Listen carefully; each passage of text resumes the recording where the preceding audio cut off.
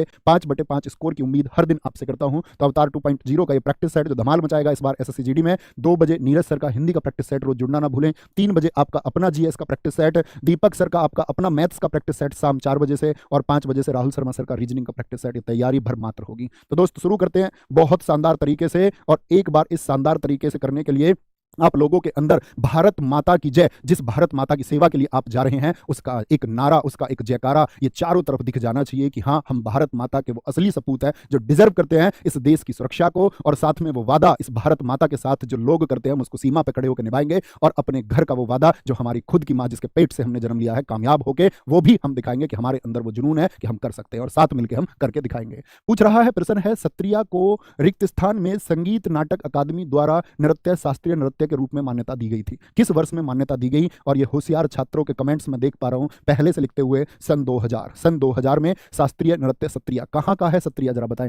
तो आप कहेंगे भैया सत्रिया असम का है। कहां का है? असम का नृत्य है। संगीत नाटक अकादमी ने इसको घोषित किया था सन 2000 में। संगीत नाटक अकादमी 1953 में स्थापना हुई, और संगीत नाटक अकादमी का हेडक्वार्टर है नई दिल्ली। दोनों बहुत महत्वपूर्ण प्रश्न है, बहुत इंपॉर्टेंट क्वेश्चन है।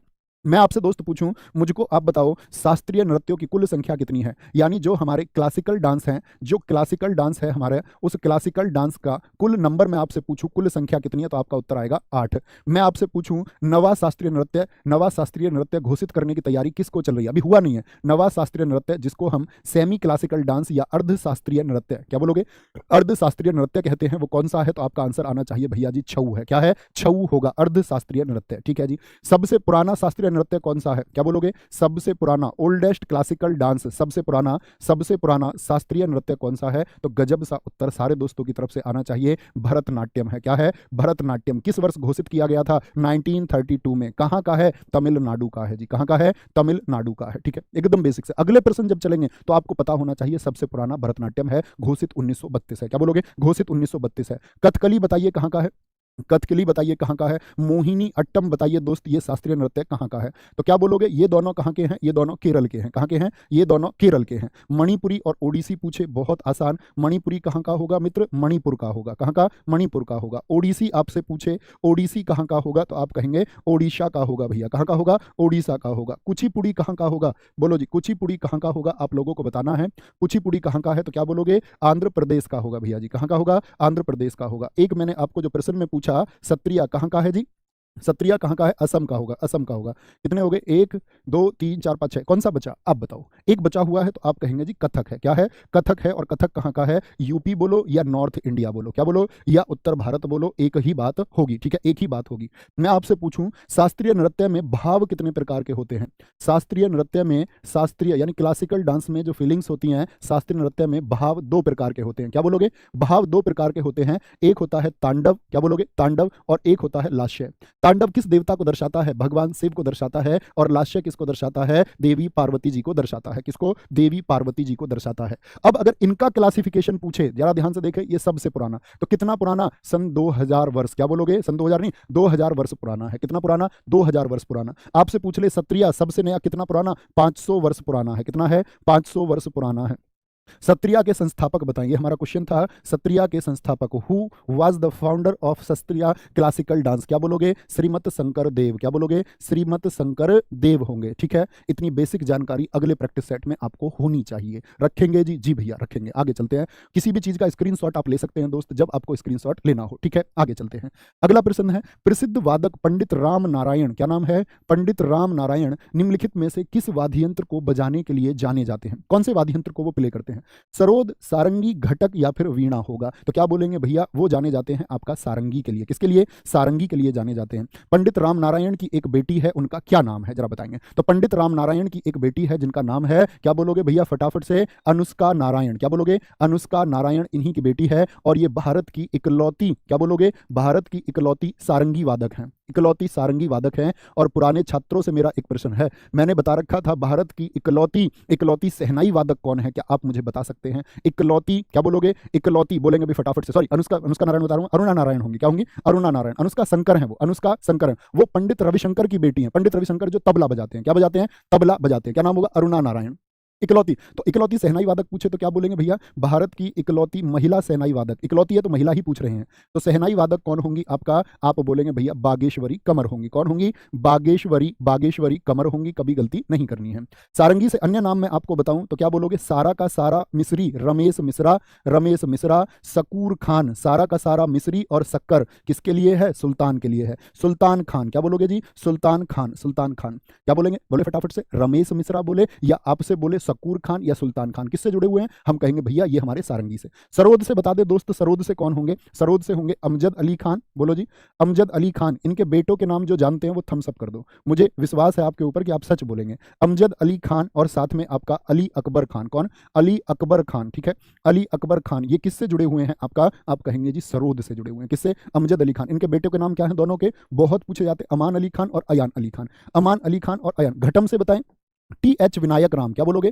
अंग्रेजी वाले जो ये नाम है ना, तो ये घटम से होंगे, टी एच विनायक राम और ई एम सुब्रमण्यम। क्या बोलोगे? E M Subramaniam. ये किससे जुड़े हुए हैं आपका? घटम से जुड़े हुए हैं। वीणा से दोस्त एस बालाचंद्र, कभी नाम आपको नहीं भूलना है, एस बालाचंद्र। एक एक दो दो नाम करके आगे बढ़ेंगे, आप क्रम से याद रख लेंगे, ठीक है भैया। पिछले प्रैक्टिस सेट में बहुत सारे, लगभग 2 वर्षों से करा रहा हूं मैं 3 बजे का प्रैक्टिस सेट, रिवाइव होकर तैयारी कर रहे हैं। इसको आप जीरो से शुरू कर सकते हैं, अब से पहले कुछ नहीं किया तब भी यहां से शुरू कर दो, अपने आप में पूर्ण होगा। ऐसा बिल्कुल जरूरी नहीं है कि पिछली कोई सीरीज आपको पूरी करनी होगी तब आप इसको करेंगे, ठीक है। चेतियागिरी विहार महोत्सव किस राज्य में आयोजित किया जाता है? कौन सा? चेतियागिरी विहार महोत्सव किस राज्य में आयोजित किया जाता है? हिमाचल प्रदेश, मध्य प्रदेश, तेलंगाना, तेलंगाना या फिर त्रिपुरा में आयोजित होता है? क्या बोलोगे? चेतियागिरी भैया जी मध्य प्रदेश का महोत्सव है। कहाँ का? मध्य प्रदेश का। ए वाले सारे गलत है, जिन्होंने ए उत्तर दिया गलत नहीं देना उत्तर। आप आराम से बैठ जाइए, जब उत्तर मिले अगली बार गलत नहीं करना है, बस ये कॉन्फिडेंस रखना, अगली बार गलत नहीं करेंगे। मध्य प्रदेश के और कौन कौन से? मध्य में बोलो भैया घड़लिया उत्सव। कौन सा होता है? घड़लिया फेस्टिवल होता है। और घड़ा कहां पर? घड़े, मैं बोलता हूं घड़े के मध्य में, घड़े के मध्य में क्या है? नीर। और नीर किसका पर्यायवाची है भैया? जल का। तो घड़े के बीच में जल ही तो होगा। क्या बोलोगे? ककसार। क्या बोलोगे? ककसार उत्सव कहां का है? मध्य प्रदेश का है। लोक रंग उत्सव कहां का है? घड़े पर कई रंग भी हुए हैं। क्या बोलोगे? घड़े पर कई रंग भी हुए हैं, कई रंग भी हुए हैं घड़े पर। तो क्या बोलेंगे भैया? आपका घड़लिया उत्सव होगा। अच्छा जी, हिमाचल प्रदेश की बात करें, हिमा और आंचल कैसी हैं दोनों? पुराने छात्र बोले हिमा और आंचल हैं भैया शरारती, बहुत शरारती हैं। दोनों की दोनों लव में हैं। कहां पर हैं? लव में हैं। लवी और फुल एस में है एकदम से, इनको दुनिया का कोई फिक्र नहीं है। लावी और फुल एच कहां के? हिमाचल प्रदेश के। तेलंगाना, आपके घर तेल से कुछ बनता, तेल और घी से? आप कहोगे भैया बोनालू, बनालू। क्या बोलोगे? बनालू बथुकम्मा। अरे सर्दी पड़ रही है यार, बथुआ के पराठे तो बनते होंगे। क्या? तेल में बनालू बथुआ के पराठे। क्या बोलेंगे? बोनालू और बथुकम्मा। त्रिपुरा की अगर पूछे नीर महल, क्या बोलोगे? नीर महल उत्सव। क्या बोलोगे? नीर महल उत्सव और पीलक उत्सव। क्या बोलोगे? पीलक उत्सव कहां के हैं? कौन कौन से? नीर महल और पीलक उत्सव कहां के हैं? वो त्रिपुरा के हैं। गलती नहीं करोगे। नेक्स्ट है जी, इरवतनेश्वरा मंदिर भारत के किस राज्य में स्थित है? इरवतनेश्वरा मंदिर भारत के किस राज्य में? तमिलनाडु, पश्चिम बंगाल, राजस्थान या तेलंगाना? या फिर तेलंगाना में क्या उत्तर आएगा? क्या बोलोगे? इरवतनेश्वरा मंदिर ये भारत के तमिलनाडु में स्थित है। और तमिलनाडु के मंदिर एसएससी के एग्जाम्स के लिए मित्र बहुत इंपॉर्टेंट है, बहुत। क्या बोलोगे? तमिलनाडु के मंदिर बताएं। एक आपका आएगा मीनाक्षी मंदिर। कौन सा? मीनाक्षी मंदिर किन के लिए है? माता पार्वती के लिए है। किन के लिए? माता पार्वती के लिए मीनाक्षी मंदिर। और दूसरा आपका बृहदीश्वर मंदिर कहां पर स्थित है? बहुत पूछा जाता है, बृहदीश्वर मंदिर कहां पर स्थित है? तीसरा आपका कुमारी अम्मन देवी मंदिर। कौन सा?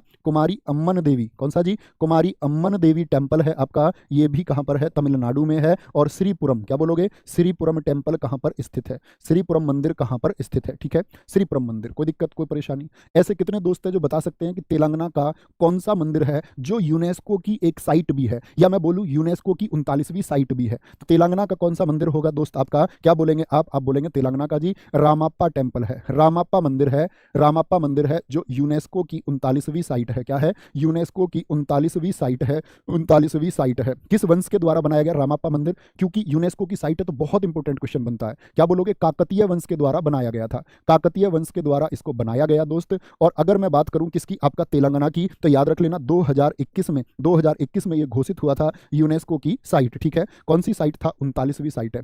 मैं आपसे पूछना चाहूंगा रामाप्पा मंदिर कौन से भगवान जी के लिए है? कौन से भगवान जी के लिए है? तो आप सब लोगों का उत्तर आना चाहिए रामाप्पा मंदिर ये भगवान शिव के लिए है। किन के लिए है? भगवान शिव के लिए है। कभी गलती ना करें, कभी भी गलती नहीं करनी है। ठीक है, आगे चलते हैं जी। निम्नलिखित में से कौन सी पुस्तक है जो रस्किन बॉन्ड द्वारा नहीं लिखी गई है? रस्किन बॉन्ड एसएससी के फेवरेट राइटर हैं, एसएससी इनसे हमेशा क्वेश्चन मिलती है मेरे दोस्त। Too much thank you Abhishek, बहुत शानदार। Sumit, Arvind, Shekhar, Razzaq, Pihu Verma, be nature vloggers, बहुत शानदार।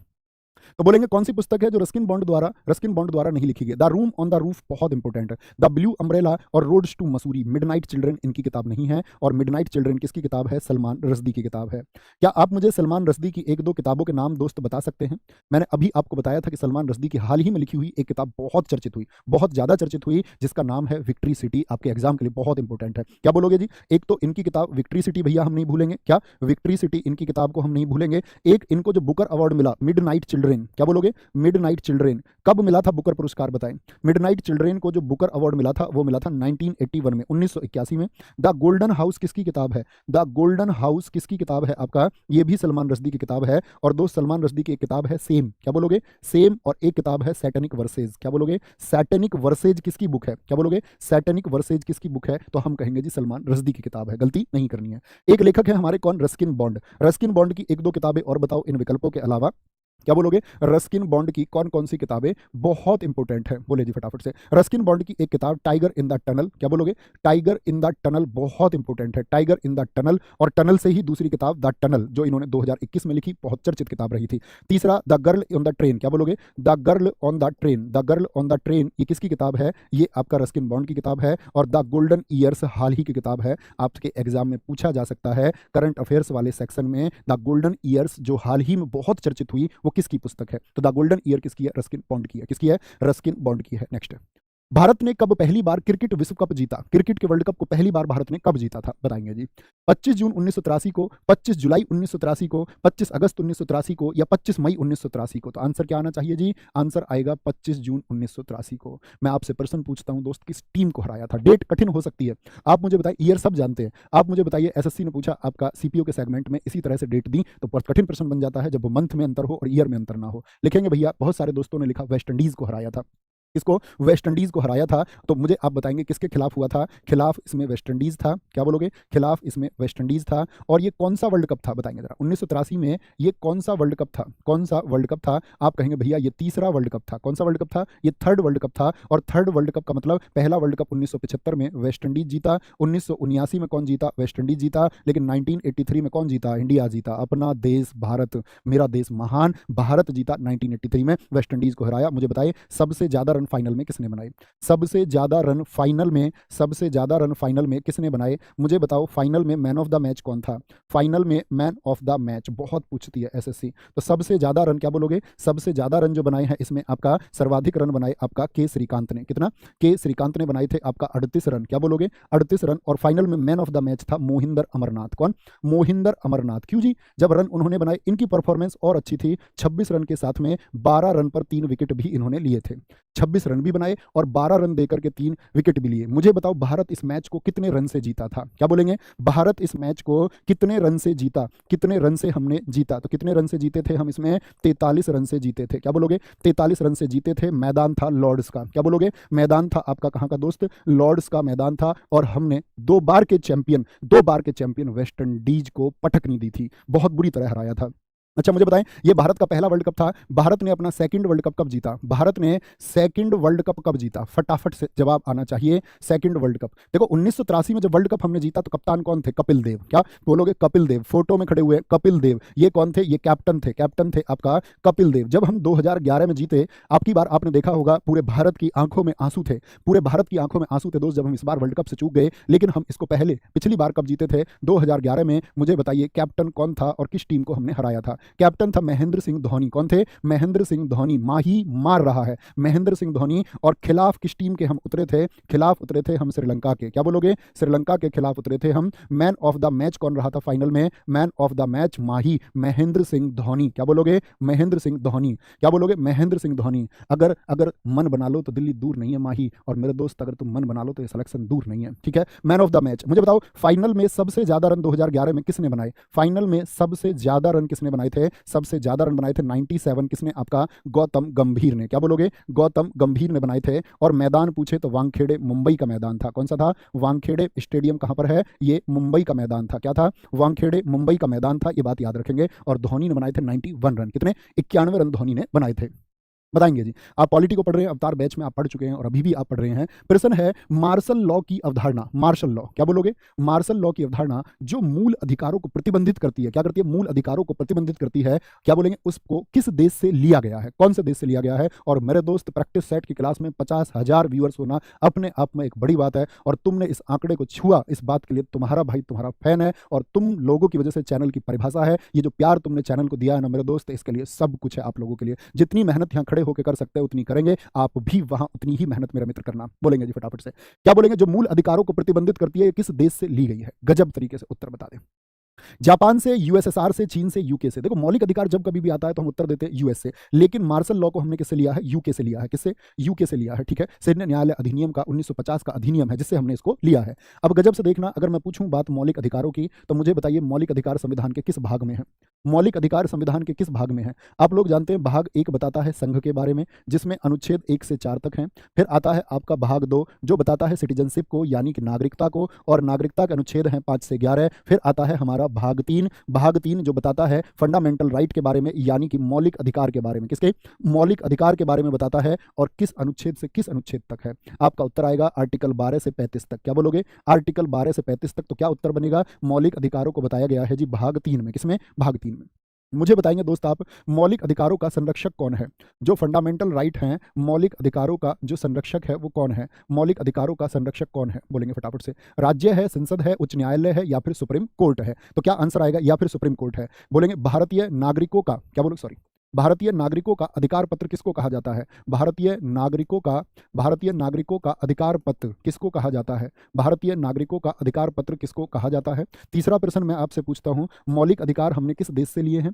मौलिक अधिकार जो फंडामेंटल राइट्स है, इनको हमने किस देश से लिया है? किस देश से हमने ये लिए हैं? किस देश से लिए हैं? और चौथा प्रश्न मेरा रहेगा, संशोधन का अधिकार, मौलिक अधिकारों में जो संशोधन का अधिकार है वो किसके पास है? आर्टिकल 368 का जो संशोधन का अधिकार है वो मित्र किसके पास है? तो मौलिक अधिकारों का संरक्षक क्या बोलोगे भैया जी? सुप्रीम कोर्ट होगा। सुप्रीम कोर्ट बोले तो सर्वोच्च न्यायालय। कौन सा न्यायालय मित्र? सर्वोच्च न्यायालय। क्या आप मुझे बता सकते हैं सर्वोच्च न्यायालय किस अनुच्छेद में है? सर्वोच्च न्यायालय को किस अनुच्छेद में बताया गया है? सारे दोस्त बताएंगे, और मुझे पता है मेरे छात्र इतने कमजोर नहीं है कि इस आसान से प्रश्न का उत्तर ना दे पाए। आप कहेंगे आर्टिकल 124 में है सुप्रीम कोर्ट, और हाई कोर्ट हमारा बताया गया आर्टिकल 214 में। कहां पर? आर्टिकल 214 में बताया गया है। भारतीय नागरिकों का जो अधिकार पत्र है, क्या बोलोगे? भारतीय नागरिकों का अधिकार पत्र हम किसको बोलते हैं? हम बोलते हैं दोस्त फंडामेंटल राइट्स को। किसको? फंडामेंटल राइट्स को बोलते हैं, और फंडामेंटल राइट्स बोले तो मौलिक अधिकारों को कहते हैं। किसको? मौलिक अधिकारों को। दोस्त एक प्रश्न और मैं आपसे पूछूंगा, मुझको बताओ मौलिक अधिकार वाद योग्य हैं या नहीं है? मेरा प्रश्न है आप लोगों से, मौलिक अधिकारों के खिलाफ वाद किया जा सकता है या नहीं? मौलिक अधिकार जो हैं, जो फंडामेंटल राइट हैं, वो आपके वाद योग्य हैं या नहीं है? तो क्या बोलोगे? मौलिक अधिकारों को हमने दोस्त यूएसए से, संयुक्त राज्य अमेरिका से लिया है, और संशोधन का अधिकार आर्टिकल 368 के तहत सिर्फ और सिर्फ पार्लियामेंट को है, हमारे देश की संसद को है। किसको है? हमारे देश की संसद को है। मौलिक अधिकार वाद योग्य है, हाँ जी, यस। लेकिन किस वाद से यह बात साबित हुई? तो क्या बोलोगे? केशवानंद भारती वाद। क्या बोलोगे? केशवानंद भारती वाद से यह बात तय हुई कि मौलिक अधिकार जो है वो आपका वाद योग्य है, और कभी भी इस प्रश्न का गलत उत्तर आप मित्र नहीं देंगे। नेक्स्ट है, संविधान का कौन सा अनुच्छेद स्पष्ट करता है कि आप आरक्षण जैसी नीतियां समानता के अधिकार का उल्लंघन नहीं है? क्या बोलेंगे? आरक्षण जैसी नीतियां जो आपका समानता के अधिकार का उल्लंघन नहीं करती हैं, समानता के अधिकार का। क्या बोलेंगे? अनुच्छेद 14(1) आपको बताना होगा अनुच्छेद 14 में क्या बताया गया है। अनुच्छेद 21 बताता है क्या इस बारे में? अनुच्छेद 16 का खंड 4 इस बारे में बताता है मित्र, या अनुच्छेद 15 का आपका अगर बात करें क्या खंड 2 यानी कि भाग 2 इसके बारे में बताता है? तो ये आपका उत्तर आना चाहिए गजब सा, और सारे दोस्तों से उम्मीद करूंगा कि उत्तर देंगे। 14(1) कुछ बता रहे हैं, कुछ 16। जिन दोस्तों ने कहा 16 का भाग 4 इसके बारे में बताता है, 16 का भाग 4 इसके बारे में बताता है, वो एकदम से ठीक है। अनुच्छेद 14 तो दोस्त क्या बताता है? विधि के समक्ष समता को बताता है। विधि के समक्ष समता को बताता है, ठीक है। अनुच्छेद 21 क्या बताता है? अनुच्छेद 21 हमको बताता है राइट टू लाइफ, जीवन का अधिकार बताता है। क्या बताता है? जीवन का अधिकार बताता है। और आपका अनुच्छेद 15 का भाग 2 क्या बताता है? क्या बोलता है? धर्म, जाति, लिंग। क्या बोलेंगे? धर्म, जाति, लिंग, और आपका जन्म स्थान के आधार पर कोई भेद नहीं होगा। जन्म स्थान के आधार पर भेद नहीं होगा, मतलब ऐसा नहीं कर सकते आप कि कोई व्यक्ति हिंदू है या मुसलमान है तो उसको आप किसी और नजरों से ट्रीट करें, या किसी की जाति आप किसी को बोल दे कि उच्च जाति नीच जाति है, ये नहीं है। लिंग आप किसी को बोल दे कि ये महिला है, लिंग का मतलब पुल्लिंग स्त्रीलिंग, कि महिला है तो उसके यह अधिकार नहीं है, तो आप गलत है। जन्म स्थान यानी कि किसी का जन्म गांव में हुआ या शहर में हुआ या किसी ऐसे स्थल पर हुआ जो बहुत दूरी पर है, या किसी पिछड़े स्थल पर या अगड़े स्थल पर हुआ, तो उसके आधार पर आप भेद नहीं करेंगे। क्या बोलेंगे? कोई भेदभाव नहीं होगा। साथ में ही आप मुझे आर्टिकल 16 भी बता दीजिए, क्या है? लोक नियोजन के अवसर पर जैसे अभी भर्तियां निकली तो आप सबको मौका मिलेगा या नहीं, जो उस एज ग्रुप में है।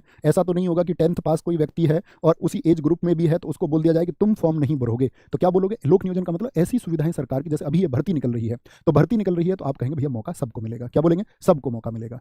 भारतीय संविधान के निम्नलिखित में से किस अनुच्छेद में सहकारी समितियों के गठन के अधिकार का उल्लेख है कि सहकारी समिति का गठन होगा? सहकारी समिति को ऑपरेटिव सोसाइटीज जो होती हैं आपके हमारे छोटे छोटे शहरों में भी होते हैं, किसानों की मदद के लिए या अन्य प्रकार की सहायता के लिए सहकारी समिति बना दी जाती हैं। तो ये 19 आर्टिकल 19(1) के पार्ट डी में है, बी में है, ए में है या फिर सी में है? सारे दोस्तों का उत्तर आना चाहिए। कुछ का उत्तर आता हुआ दोस्त बी, कुछ का आता हुआ सी। बी और सी ज्यादा बच्चों के उत्तर आ रहे हैं, तो 19(1) का बी जो बता रहे हैं वो गलत है, सी एकदम से सही होगा। क्या बोलोगे? सी एकदम से सही होगा। आर्टिकल 19 पूरे को पढ़ के रखिए, इसके हर पार्ट से क्वेश्चन पूछा जाता है। आर्टिकल 19 क्या बोलोगे? आर्टिकल 19 का पार्ट ए में ए क्या कहता है? वाक की अभिव्यक्ति और स्वतंत्रता, फ्रीडम ऑफ एक्सप्रेशन। क्या बोलोगे? वाक की अभिव्यक्ति, आप अपनी बात को कहने के लिए स्वतंत्र हैं। वाक की अभिव्यक्ति और स्वतंत्रता की बात इसमें की गई है। और बताइए 19(1) के ए पार्ट में और क्या क्या कहा गया है? ए पार्ट में ही दोस्त आप अपने देश में झंडा फहरा सकते हैं। झंडा फहराने का अधिकार किसको दिया गया? झंडा फहराने से लेकर के पुतला, आप किसी का विरोध प्रदर्शन में पुतला फूंक सकते हैं, पुतला फूंक सकते हैं। आरटीआई का अधिकार भी इसी के तहत आता है। देखो इसमें सिर्फ एक्सप्रेशन नहीं है, राइट टू साइलेंस का, मौन रहने का अधिकार भी आता है, यानी बोलने के साथ में मौन रहने का अधिकार भी इसी में आएगा। यानी मेरी मर्जी, मैं बोलूं या चुप रहूं, ठीक है, वह मेरी मर्जी है। ये 19(1) का ए हो गया। बी में क्या बताया गया है? बी में आपका बताया गया है आप शांतिपूर्ण इकट्ठा हो सकते हैं, शांतिपूर्ण सम्मेलन कर लेंगे, यानी आप कहीं भी जाकर के एक शांतिपूर्ण सम्मेलन कर सकते हैं, लेकिन बिना हथियारों के जाओगे। ऐसा नहीं है सब कट्टा लगा के चले गए, सब पिस्टल लगा के चले गए, राइफल लेके चले गए, सब लोग लाठी डंडे लेके चले गए, ऐसा नहीं हो सकता है। तो क्या बोलेंगे? संविधान क्या कहता है? शांतिपूर्ण सम्मेलन की बात करता है। और सी में और डी दोनों में क्या बात की गई है? भारत के संपूर्ण क्षेत्र में कहीं भी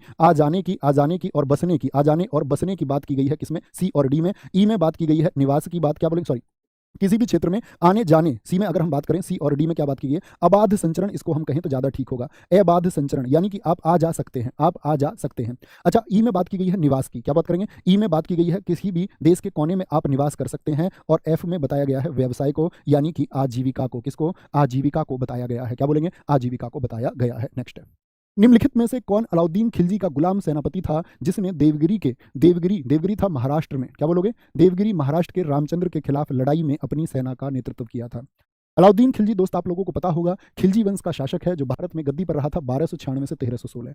कभी भी मैं पूछूंगा आपसे इसका शासनकाल तो आप मुझे बताएंगे कि जी 1296 से। खिलजी वंश कुल 1290 से 1320 तक शासन उसने किया है। 29 वर्षों में से तो अकेले 20 वर्ष कौन रहा है? अलाउद्दीन खिलजी रहा है 1296 से 1316 तक। तो इसका कौन सा सेनापति था? वो है मलिक काफूर। क्या बोलोगे? मलिक काफूर। और इसका उपनाम क्या है? ताजुद्दीन है। क्या बोलोगे? ताजुद्दीन है। क्या बोलोगे? ताजुद्दीन है इसका उपनाम, ठीक है। ताजुद्दीन के नाम से दिल्ली सल्तनत में किसको जाना जाता है? मलिक काफूर। मैं आपसे पूछूं मलिक काफूर क्या दिल्ली की गद्दी पर बैठा था? यस और नो?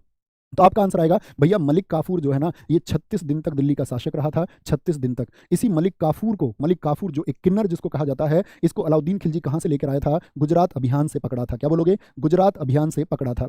गुजरात अभियान से पकड़ा था। 36 दिन गद्दी पर रहा है, याद रख लेना। 36 दिन इसने अलाउद्दीन खिलजी के बेटे सादी खान को मार के तब गद्दी हासिल की थी, ठीक है। गुजरात अभियान से इसको पकड़ा था और वापस इसको भेजा गया कहां? दक्षिण में। और साउथ में जाकर के साउथ से भी पहले इसने 1306 में, पूछे मलिक काफूर ने मंगोल को कब हराया? मंगोलों को हराया 1306 में, मंगोलों को हराया। यादव वंश को हराया दक्षिण में जाके, यादव वंश के शासकों को 1308 से 9 के अभियान में हराया। वारंगल का जो काकतीय वंश था, क्या बोलोगे? जो काकतीय वंश जिन्होंने रामप्पा टेम्पल को बनाया, इनको 1310 से 11 के अभियान में इसने हराया था। एक अभियान किया 1310 से 11, नेवर गलती।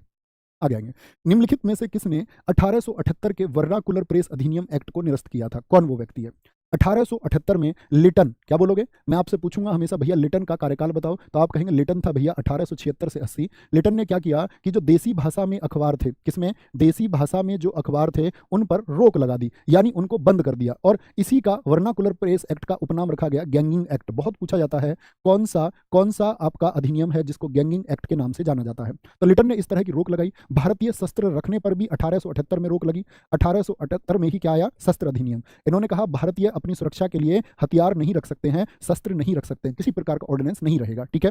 क्या बोलेंगे फटाफट से? यहां पर अगर हम बात करें, क्या बोलोगे? 1878 के वर्नाकुलर प्रेस एक्ट की अगर हम बात करते हैं आपसे, तो 1878 का जो शस्त्र अधिनियम है, कोई दिक्कत कोई परेशानी? अगर मैं बात करूं कि ये तो रोक थी, इनको हटाया किसने? क्या बोलेंगे भैया? एक बार मौलिक अधिकार देख लो, आपने एफ लिख दिया गलती से, मैं देख लेता हूं क्या हो गया इसमें। A B C D E, sorry F को दोस्त निरस्त कर दिया गया, एफ नहीं होगा, जी होगा यहाँ पर। रियली सॉरी, इस तरह की कोई गलती मुझसे होती है तो जरूर मुझको रिमाइंड कराएं। रियली सॉरी, यहाँ पर क्या होगा? एफ क्या है? एफ तो निरस्त है, एफ है ही नहीं। एफ है ही नहीं, यहां पर क्या आएगा, जी आएगा, जी आएगा। तो लिटन ने जितनी रोक लगाई उन सभी रोक को खत्म कर दिया। किसने खत्म कर दिया? लिटन ने। लिटन की रोक को आप कहेंगे भैया किसने निरस्त कर दिया था? रिपन ने। रिपन का कार्यकाल बताइए। रिपन का कार्यकाल है 1880 से 84 और रिपन को क्या बोलते हैं? इसने अच्छे काम किए, इसीलिए फ्लोरेंस नाइटिंगेल इनको कहती है भारतीय समाज का उद्धारक। रिपन को भारतीय समाज का उद्धारक किसने कहा है? बोलो जी। भारतीय समाज का उद्धारक कि इन्होंने ठीक ठीक काम किए, उद्धारक किसने कहा है? क्या बोलोगे भैया? फ्लोरेंस नाइटिंगेल ने। किसने? फ्लोरेंस नाइटिंगेल ने। फ्लोरेंस नाइटिंगेल ने कहा है, ठीक है। रिपन ने कौन कौन सी चीजें हटाई? पहला कारखाना अधिनियम की इतनी उम्र से कम के बच्चे काम नहीं करेंगे, जो आप संविधान में पढ़ते हैं। पहला कारखाना एक्ट बच्चों को बचाने के लिए यही लाया। शिक्षा भारत में अच्छी हो, हंटर आयोग कब आया? इसी के टाइम पर आया 1882 में। 1882 में, ठीक है। आपसे पूछे स्थानीय स्वशासन, आप पॉलिटी में पढ़ते होंगे, लोकल गवर्नमेंट्स, स्थानीय स्वशासन कब आया? 1882 में आया। और दोस्त इल्बर्ट बिल कब आया? ये सारे दोस्त बता दो। इल्बर्ट बिल कब आया? तो आप कहेंगे इल्बर्ट बिल एसएससी का फेवरेट क्वेश्चन है। ऐसा कोई एग्जाम नहीं है पिछले 3-4 वर्षों में जिसमें ये प्रश्न ना हो। आप पढ़ेंगे जब प्रीवियस ईयर, आप देखते हैं इल्बर्ट बिल क्या था। इसने कहा कि जो न्यायाधीश है, यानी पहले क्या होता था, यूरोपियों पर जो मुकदमा चलता था तो अंग्रेज ही सुनते थे। इसने बोला यूरोपियों पर जो मुकदमा है वो भारतीय भी सुन सकेंगे। क्या? यूरोपियों पर जो मुकदमा है उसको सुनवाई कौन कर पाएगा? यूरोपियों पर जो मुकदमा है उसकी भारतीय जज सुनवाई कर सकेंगे। भारतीय जज भी क्या कर सकेंगे? उसकी सुनवाई कर सकेंगे। आज के बाद आप याद रखेंगे। इकट्ठा एक थम्स अप चाहता हूं आप सबकी तरफ से, गजब सा आप बताएंगे जी। सलवाई की संधि के परिणाम स्वरूप निम्न में से किस युद्ध का अंत हुआ था? सलवाई की संधि के परिणाम स्वरूप। तो पानीपत का तीसरा युद्ध क्या सलवाई की संधि से खत्म हुआ? 1761। याद रख लेना। इसमें मराठे वर्सेज अहमद शाह अब्दाली, क्या मराठे वर्सेज अहमद शाह अब्दाली का ये युद्ध था दोस्त। अहमद शाह अब्दाली का ये युद्ध था। द्वितीय आंग्ल मराठा युद्ध कब हुआ? 1803 से 5 हुआ। ये खत्म हुआ था आपका, इसकी समाप्ति हुई थी राजापुर घाट संधि से। राजापुर घाट संधि से इसकी समाप्ति हुई थी, ठीक है। प्रथम आंग्ल मराठा युद्ध कब से कब तक हुआ? क्या बोलोगे? आपका सॉरी 1800 नहीं, 1700। 1775 से लेकर के 1782 तक। ऐसे दोस्त कभी गलती हो ना 1775 या 1875 में लिख दो, बता देना, अगली क्लास में भी ठीक करा दूं, कोई दिक्कत नहीं है।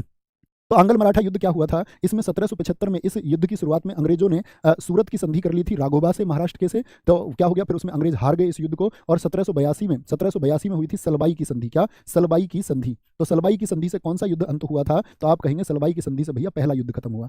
अंग्रेजों और मराठों के बीच का दूसरा युद्ध किस संधि से खत्म हुआ? आप लिख सकते हैं राजापुर घाट संधि। बक्सर का युद्ध कब हुआ? आप लोग बताएंगे। तो आंसर हो जाएगा प्रथम आंग्ल मराठा युद्ध। बक्सर का युद्ध हुआ 1764 में। इसमें कौन कौन थे? मीर कासिम था, आज ही मैं कक्षा में आपको पढ़ा रहा था। मीर कासिम के साथ में आपका शुजा-उद-दौला था, अवध का नवाब, और साथ में बंगाल का मुगल शासक शाह आलम सेकंड था। और अंग्रेज अधिकारी कौन था इनके खिलाफ? किस अंग्रेज ने? क्योंकि यह युद्ध जो है अंग्रेजी शासन की स्थापना का युद्ध है, कि अंग्रेजों ने अपने शासन को स्थापित किस युद्ध से किया? बक्सर के युद्ध से। यहीं पर दोस्त तृतीय आंग्ल मराठा युद्ध याद रख लेना। तृतीय आंग्ल मराठा युद्ध, ठीक है, वो कब हुआ था? 1817 से 18 हुआ। और यहां पर जो संधि हुई थी वो ग्वालियर की संधि हुई थी। किस युद्ध से खत्म हुआ ये? क्या बोलोगे? किस संधि से? ग्वालियर की संधि से। तो पहला सलबाई से खत्म हुआ, दूसरा राजापुर घाट की संधि से खत्म हुआ, और तीसरा ग्वालियर की संधि से खत्म हुआ। नेक्स्ट है, निम्नलिखित में से कौन सी नदी का उद्गम स्थल राजस्थान में है? कौन सी नदी है जो राजस्थान से होकर के शुरुआत करती है? माही नदी एमपी की है, क्या बोलोगे? तापी नदी मध्य प्रदेश की है, नर्मदा नदी का उद्गम मध्य प्रदेश से है, लेकिन बनास नदी का, क्या बोलोगे? बनास नदी का आपका उद्गम स्थल कहां से है? सारे दोस्त बोलेंगे बनास नदी। आप कहेंगे भैया अरावली पर्वतमाला से निकलती है, और अरावली पर्वतमाला से राजस्थान से निकलती है। कहां से? राजस्थान से निकलती है। कहां से? राजस्थान से निकलती है। और ज्योग्राफी पर आपको बहुत जोर देने की जरूरत नहीं है, राजसमंद जिले से निकलती है।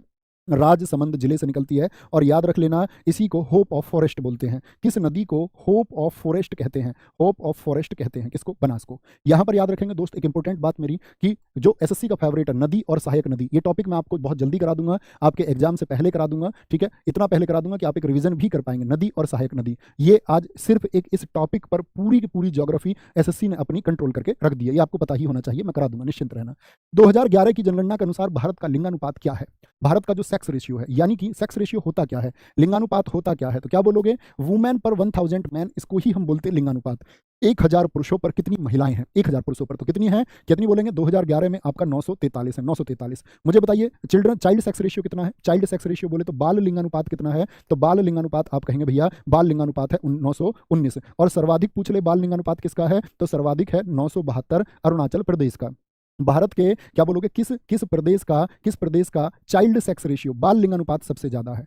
अच्छा, अब मुझे बताइए भारत के किस स्टेट का जो लिंगानुपात है वो सबसे ज्यादा है? तो क्या बोलोगे भैया? केरला का। कितना है जरा बताएंगे? तो केरला का कितना है? 1084 है। केरला के बाद में पुडुचेरी, क्योंकि ये आपका क्या है? पुडुचेरी का है 1037। क्या बोलोगे? ये आपका दोस्त क्या बोलेंगे? यूटी है। और केरल है स्टेट। क्या बोलोगे? केरल है स्टेट। मैं पूछूं सबसे कम स्टेट में किसका है? सबसे कम स्टेट में किसका है? तो नाम आएगा हरियाणा का 879, और यूटी में पूछ ले, यूटी में किसका है सबसे कम, तो दमन दीव का आएगा। दमन दीव का कितना, 618 है। क्या बोलोगे, 618 है। गलती नहीं करनी है, कभी भी गलती नहीं करनी है, ठीक है। बेसिक पॉइंट यही है।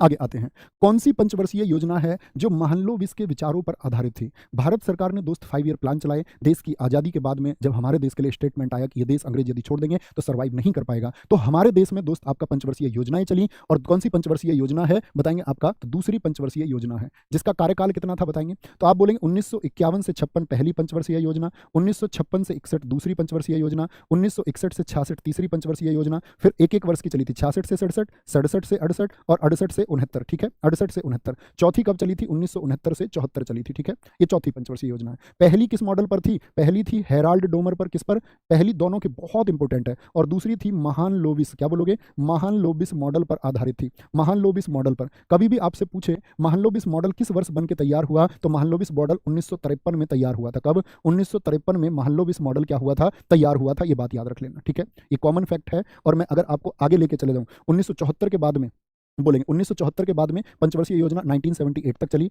1978 से 80 क्या है, एक गैप आप रखेंगे, कभी भी मैं आपसे पूछूंगा गैप रखेंगे। फिर 1980 से क्या बोलोगे, 85 भैया, 1985 से फिर 90 तक चली, और 1990 से लेकर के आपका 92 तक क्या रखेंगे, आप एक गैप रखेंगे, और फिर कोई गैप नहीं होगा, फिर कोई गैप नहीं होगा, यानी 1992 से फिर 97, 1997 से फिर आपका सन 2002, और 2002 से मित्र आपका 2007, और फिर 2007 से मित्र आपका 2012। 2012 से 17 होनी थी, लेकिन क्या पूरा कर पाई, क्या बोलोगे, नहीं भैया 15 तक ही रह गई, और नीति आयोग आ गया सन 2015 में, ठीक है। क्या बोलेंगे क्या बोलेंगे। एक दोस्त कह रहे हैं मिस्टर सुमरन गुजर, सर अब तक आपने जो पढ़ाया है वह सब याद है, प्रैक्टिस सेट में क्वेश्चन नहीं आते, एक डर बन रहा है कहीं मेन एग्जाम में ऐसा ना हो कि इसी क्लास से क्वेश्चन आएंगे। दोस्त देखो, पेपर आपका मैं नहीं बनाऊंगा, टू बी ऑनेस्ट। मैं आपको एक बात बताऊं, शायद आप भी पढ़े लिखे बच्चे होंगे, मैं आपसे ये कह दूं कि पेपर मैं आपका बनाऊंगा, तो दोस्त इस बात का तो मतलब नहीं है। हो सकता है आपका एक भी प्रश्न आए, लेकिन क्वेश्चनेबल मैं तब हूं जब मैं आपकी इस क्लास में एक भी सेकंड के लिए चुप हो जाऊं, और मैं निरंतर 1 घंटे तक आपसे ना बोलूं, और एक सटीक डेटा मैं आपको ना दूं। दोस्त बस इतना कह सकता हूं, जब से मैं पढ़ा रहा हूं ऐसा कभी हुआ नहीं है कि प्रश्न ना आए, ठीक है। और आप कहीं और एक्सपेरिमेंट कर सकते हैं इस बात के लिए कि शायद आपके एग्जाम के लिए कोई और क्लास बेनिफिशियल हो, आप स्वतंत्र हैं, आपकी अपनी चॉइस है। मैं ये बिल्कुल नहीं कह सकता कि भैया आपका पेपर मैं बनाऊंगा, मैं ये कह सकता हूं कि मैं आपके साथ मेहनत करूंगा, ठीक है, मैं आपके साथ मेहनत करूंगा, आप मेरे साथ मेहनत करेंगे, और हम शानदार रिजल्ट करके आएंगे, इतना प्रॉमिस मैं तुमसे कर सकता हूं, ठीक है। मानव फेफड़ों के द्वारा छोड़ी गई कार्बन डाइऑक्साइड का कितना प्रतिशत होता है जो फेफड़े छोड़ते हैं। देखो वायुमंडल में मुझे बताओ नाइट्रोजन कितनी है, आप कहेंगे 78% है। ऑक्सीजन कितनी है, 20% है। तीसरे नंबर पर कौन होती है, आर्गन होती है, 0.93% है। चौथे पर कौन है, कार्बन डाइऑक्साइड है, 0.03% होती है, ठीक है। अब हम सांस में क्या लेते हैं, ऑक्सीजन लेते हैं, तो ऑक्सीजन हमने 20% ले ली, लेकिन हमारे फेफड़े यूज कितना कर लेते हैं, यूज कर लेते हैं आपका 16.6% को, किसको, 16.6% को हम प्रयोग कर लेते हैं, और 4.4% को हम क्या कर देते हैं, कार्बन डाइऑक्साइड के रूप में छोड़ देते हैं, ठीक है। 4.4 क्या बोलेंगे, छोड़ देते हैं, ये इतना प्रतिशत होता है। जल की कठोरता को रिक्त स्थान में व्यक्त किया जाता है। जल की कठोरता मोल में व्यक्त की जाती है। मोल में क्या होती है, अणुओं की संख्या होती है, नंबर ऑफ मॉलिक्यूल्स होता है, अणुओं की संख्या होती है। पीपीएम क्या होता है बोलेंगे, पीपीएम, तो आप क्या बोलोगे, पीपीएम होता है जी क्या, पार्ट्स पर मिलियन, क्या बोलोगे, पार्ट्स पर मिलियन। 1 मिलियन में कितने नंबर होते हैं, क्या बोलोगे, 1 मिलियन में होते हैं जी 10 लाख। कितने, 10 लाख में से कितने पार्ट हैं। जल की कठोरता इससे व्यक्त की जाती है, नॉर्मलता नहीं, मोलरता नहीं। जल की कठोरता कितने प्रकार की होती है बताएंगे, आप कहेंगे भैया एक तो होती है स्थायी कठोरता, एक होती है आपकी, क्या बोलोगे, सॉरी क्या बोलोगे, एक तो होगी आपकी स्थायी कठोरता और एक होगी आपकी अस्थायी कठोरता। तो क्या बोलोगे, स्थायी कठोरता किसकी वजह से होती है, कैल्शियम और मैग्नीशियम के बाइकार्बोनेट, बहुत पूछा जाता है, कैल्शियम और मैग्नीशियम के बाइकार्बोनेट की वजह से होती है, और ये आपका कैल्शियम और मैग्नीशियम के सल्फेट और क्लोराइड की वजह से होती है, सल्फेट और आपका क्लोराइड की वजह से होती है, क्लोराइड की वजह से होती है, ठीक है। अस्थायी कठोरता को हम कैसे दूर कर सकते हैं, क्या बोलेंगे, क्या बोलेंगे, इसको कैसे दूर कर सकते हैं, तो जो अस्थाई है उसको तो हम गर्म पानी से दूर कर सकते हैं, किससे बोलेंगे, वो जो आपके स्थाई सॉरी अस्थाई है, मतलब वो स्थाई है ही नहीं, तो पानी गर्म भी कर दोगे तो वो आपका दूर हो जाएगी, क्या हो जाएगी, दूर हो जाएगी। यानी अस्थाई को अगर हम सॉरी मैंने यहाँ पर उल्टा लिखा आपका, अस्थाई तो होगी बाइकार्बोनेट की वजह से, रियली सॉरी, एक एक बदल लेंगे इसको, फिर से लिख देता हूँ मैं, फिर से लिखते हैं, देखेंगे ध्यान से। मैंने बोला आपसे जल की स्थायी और अस्थायी कठोरता, अस्थायी और स्थायी कठोरता, जो स्थायी होगी वो कैल्शियम मैग्नीशियम, ठीक है, अस्थायी जो होगी वो भी कैल्शियम मैग्नीशियम की वजह से होती है, अस्थायी होती है बाइकार्बोनेट की वजह से, और इसको क्लार्क विधि से दूर करते हैं हम। क्यों, कौन सी विधि का इस्तेमाल करते हैं, सॉरी इसको ऊपर कर देते हैं, क्या बोलोगे, इसको किससे दूर कर देते हैं, आपका एक क्लार्क मेथड होता है, क्लार्क मेथड से दूर कर सकते हैं, गर्म करके, पानी को गर्म करके प्रयोग कर सकते हैं। और ये जो आपका सल्फाइड और क्लोराइड की होती है, क्या बोलोगे, सल्फाइड और क्लोराइड की होती है, ये स्थायी कठोरता होती है, और इसके लिए हम इस्तेमाल करते हैं परम्यूटेड विधि। कौन सी विधि, परम्यूटेड मेथड का इस्तेमाल होता है। कौन से मेथड का बोलेंगे, कौन से मेथड का, क्या बोलोगे, परम्यूटेड मेथड का इस्तेमाल होता है। लोक एवं जनजाति प्रदर्शन कला महोत्सव उत्कर्ष उत्कर्ष और अंतर्राष्ट्रीय साहित्य उत्सव उन्मेष का आयोजन किस राज्य में किया गया है? मेरे दोस्त, ऐसा हो सकता है कि आपका प्रैक्टिस सेट शायद आज 2-4 मिनट लेट हो जाए, लेकिन कल से हम इसको 4 बजे से पहले खत्म कर देंगे, डैम प्रॉमिस, ठीक है? 4 बजे से पहले। मध्य प्रदेश, उत्तर प्रदेश, बिहार और झारखंड, क्या बोलेंगे भैया? मध्य प्रदेश में शुरू हुआ उत्कर्ष और उन्मेष, ठीक है? 2023 में कई उत्सव हुए हैं जो बहुत इंपॉर्टेंट हैं। 2023 के जो उत्सव हैं बहुत इंपॉर्टेंट है। आपसे पूछे थावे उत्सव, क्या बोलते हैं? थावे उत्सव कहां पर आयोजित हुआ? बिहार में। भूमचू उत्सव पूछ ले, सिक्किम का। कहां का? भूमचू उत्सव कहां पर आयोजित हुआ? भूमचू आयोजित हुआ दोस्त आपका सिक्किम का। क्या बोलोगे? सिक्किम का आयोजित हुआ है। बाजरा उत्सव, पीडीएफ के बारे में अभी बताऊंगा दोस्त मैं। बाजरा उत्सव आपका गुजरात का है। कहां का? गुजरात का है। गज उत्सव कहां का है? गज उत्सव आपका असम का। ये करंट अफेयर्स का बहुत इंपॉर्टेंट है। तोरग्या उत्सव, क्या बोलोगे? तोरग्या उत्सव कहां पर आयोजित हुआ? अरुणाचल में आयोजित हुआ अभी 2023 में, ठीक है? सारंग उत्सव कहां पर आयोजित हुआ? आईआईटी मद्रास में। क्या बोलोगे? आईआईटी मद्रास ने आयोजित किया आपका सारंग उत्सव को, आईआईटी मद्रास में। देखो, मैं आपको बता दूं दोस्त, इसकी पीडीएफ आपको मिलेगी रोजगार विद अंकित के। आप पीडीएफ नोट्स में जाएंगे 3 बजे की क्लास में, आपको 3 बजे के नाम से एक फोल्डर मिलेगा और उस फोल्डर में आपको इसके नोट्स मिल जाएंगे, पहली चीज। दूसरी चीज दोस्त, मैं आपको बता दूं कि मैं विश्वास करूंगा कि आप अपने हैंड रिटन नोट्स बनाएंगे। उन सारे छात्रों से मैं अपील करता हूं जो इस क्लास से जुड़े रहे, प्लीज आप हैंड रिटन नोट्स इसके बनाना, स्क्रीनशॉट्स ले लेना, फोन में रखना, इस क्लास के आदी हो जाओ दोस्त। इसको करके दिखाने की जिम्मेदारी मेरी है, ठीक है? सुस्वागतम पोर्टल का संबंध किस संवैधानिक संस्था से है? अभी एक सुस्वागतम पोर्टल विकसित किया गया, भारत के सर्वोच्च न्यायालय ने इसको विकसित किया, या इलेक्शन कमीशन ऑफ इंडिया ने, या national commission for schedule caste ने, या फिर राष्ट्रीय अनुसूचित जनजाति आयोग ने? तो क्या बोलोगे? भारत के सर्वोच्च न्यायालय ने सुस्वागतम पोर्टल को लॉन्च किया। किसको? सुस्वागतम पोर्टल को लॉन्च किया है। ऐसे ही दोस्त मैं आपको बताऊं, अभी हमारा एक विरासत पोर्टल लॉन्च किया गया, किस मंत्रालय ने? क्या आप बता सकते हैं विरासत पोर्टल को किस मिनिस्ट्री ने लॉन्च किया? दूसरा आपका साथी पोर्टल को किसने लॉन्च किया? आपका कौन सी मिनिस्ट्री ने लॉन्च किया है? तीसरा आपका उद्गम पोर्टल को किस मिनिस्ट्री ने लॉन्च किया है? चौथा मैं आपसे पूछूं, संगम युवा पोर्टल को, किसको? संगम युवा पोर्टल को किसने लॉन्च किया है? किस मंत्रालय ने लॉन्च किया है? बोलेंगे विरासत पोर्टल, आप कहेंगे दोस्त ये गृह मंत्रालय का है। किसका है? ये गृह मंत्रालय का पोर्टल है। साथी पोर्टल आप बताएंगे दोस्त किसका पोर्टल है? किस मिनिस्ट्री ने? तो आप कहेंगे भैया जो कृषि मंत्रालय है, कृषि मंत्रालय ने। उद्गम आरबीआई का, और संगम युवा किसका? शिक्षा मंत्रालय का पोर्टल है, शिक्षा मंत्रालय का। और शिक्षा मंत्रालय ने इसको लॉन्च किया है पूर्वोत्तर भारत के लिए। किसके लिए? पूर्वोत्तर भारत के लिए इसको लॉन्च किया है। किस मंत्रालय? क्या बोलोगे? शिक्षा मंत्रालय ने इसको किस हिस्से के लिए? पूर्वोत्तर भारत के लिए इसको विकसित किया है, पूर्वोत्तर भारत के लिए। नेक्स्ट, पुरुष एशियाई हॉकी चैंपियनशिप ट्रॉफी 2023 का खिताब किसने जीता है? किसने जीता है? क्या बोलोगे? भारत ने जीता है, मलेशिया ने जीता है, जापान ने जीता है, या फिर पाकिस्तान ने जीता है? तो क्या बोलेंगे? इसको अपने प्यारे देश भारत ने जीता है और मलेशिया को इसमें हराया। तो मलेशिया क्या हो गया? कई बार दोस्त उपविजेता पूछ लेता, उपविजेता। और भारत क्या है? भारत ने ये चौथा खिताब इस बार नाम किया। क्या बोलोगे? भारत ने ये चौथा खिताब नाम किया है, अपने नाम किया है। आयोजन इसका हुआ था चेन्नई में। क्या बोलोगे? आयोजन इसका हुआ था चेन्नई में। और प्लेयर ऑफ द टूर्नामेंट कौन बने? ये आप बताएंगे। प्लेयर ऑफ द टूर्नामेंट कौन बने? तो क्या बोलोगे? प्लेयर ऑफ द टूर्नामेंट बने आपका कौन? इसमें मनदीप सिंह बने। कौन बने? मनदीप सिंह बने इसमें प्लेयर ऑफ द टूर्नामेंट। क्या बोलोगे? मनदीप सिंह बने हैं। और आज का आपका होमवर्क का क्वेश्चन है, और आज क्लास में जितने बच्चे इस क्लास को देख लें मेरे दोस्त, उन सब से मेरा ये अपील है कि जो भी होमवर्क का क्वेश्चन आपसे दूं, ये आपके सिलेक्शन को निर्धारित करता है कि आपके अंदर कितना अनुशासन है। हमेशा उम्मीद करूंगा आप होमवर्क का आंसर करेंगे, और हर एक छात्र से ये समझ लीजिए, हर सिंसियर छात्र से इस होमवर्क का आंसर चाहता हूं। ये सिर्फ आपके दोस्त अनुशासन के लिए है, ऐसा नहीं है कि इससे मेरी क्लास को कोई फायदा होने वाला है, यूट्यूब से कोई फायदा होने वाला है, ऐसी कोई बात है नहीं। और सुनो, एक बार तुम्हारी वाह वाह की आवाज़ आनी चाहिए तुम्हारे इतने नंबर्स ऑफ स्टूडेंट के लिए, थोड़ा सा जोश तो बनता है। तो मुझे बताना है आप लोगों को बताना है मुझे, महिला एशिया जो चैंपियंस ट्रॉफी है 2023 उसको किसने जीता है? और सुनो, राह मेरे साथ बोलना एक बार, इस बात को सारे के सारे दोस्त बोलना कि मैं आपसे बोलूं कि राह जहां तक जाएगी राहगीर वहां तक जाएगा। राह जहां तक जाएगी राहगीर वहां तक जाएगा। तुम दरिया से ना पूछो ये नीर कहां तक जाएगा। अरे खींच धनु की डोर निशाना साधो अपनी मंजिल का। अरे खींच धनु की डोर निशाना साधो अपनी मंजिल का, बाकी बाद में देखेंगे ये तीर कहां तक जाएगा। तो अभी तैयारी कीजिए, परीक्षा में क्या होगा वो सब जानते हैं। सिलेक्शन उसी का होगा जो मेहनत करेगा। घर बैठ के दोस्त सिलेक्शन देने गवर्नमेंट आपको आने वाली नहीं है। आपके अंदर कितना दम है, आपका खुद आरडब्ल्यू के स्टूडेंट से कंपटीशन है। तो देखने की बात ये होगी कि एक भी दिन दोस्त आप अपनी तैयारी में कमजोर हुए तो सोच लेना आपकी जगह कोई दूसरा ले लेगा, और किसी दूसरे ने आपकी जगह ले ली तो हो सकता है वो वापस उस जगह को आपको ना दे। तो ऐसा मौका आप ना छोड़ना कि आपकी जगह को कोई और ले ले। तुम कहना कि मेरी जगह निश्चित है, मैं उसे बना के रखूंगा, उसे कोई और नहीं लेगा। मिलते हैं कल। Thank you, bye bye, take care. जय हिंद, जय भारत, जय मां सरस्वती। नमस्ते, लव यू ऑल।